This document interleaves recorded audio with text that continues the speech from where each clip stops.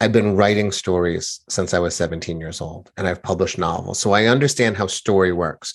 So when I hear a story and I turn to my wife and say, why would they use that type of chronology in the story? She goes, I don't know, maybe because you've been working in stories for 25 years and they got their start 25 minutes ago. So that makes sense. I've also been a wedding DJ for more than 20 years. So I am accustomed to standing in front of large groups of people and speaking extemporaneously, especially large groups of like partially drunk, disinterested human beings who are really interested in having a good time and not listening to the DJ. So I've got that, that experience.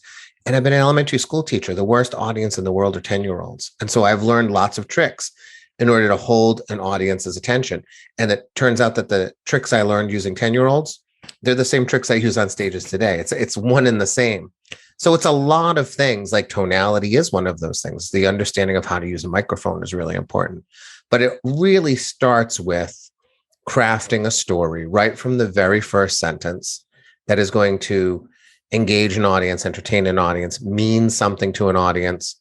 The best version of every story is the storyteller is telling the story, but also simultaneously kind of reliving the moment on behalf of the audience or for the audience.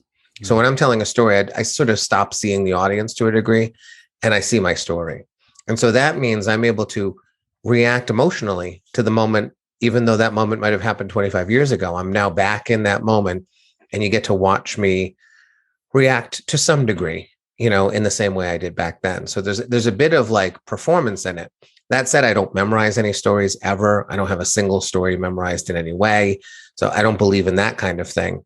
But I do try to get up and be as entertaining and engaging as possible. Lots of people are nervous, though. Almost every person I know is nervous except for me. I'm the worst before a show. You never want to be around me. I've been with the best storytellers in the world, and they're pacing backstage. And I'm like, hey, how's it going? And they're like, don't talk to me. I'm trying to hold stuff in my head. Yeah. And I've seen them like perform many times brilliantly, and they're still freaking out. So it's normal. I always tell people, if you're nervous, you're just like everybody else. You're not special in any way. I'm the only weirdo who doesn't get nervous. And it's probably arrogance, narcissism, and stupidity, that's weaving a blanket that protects me.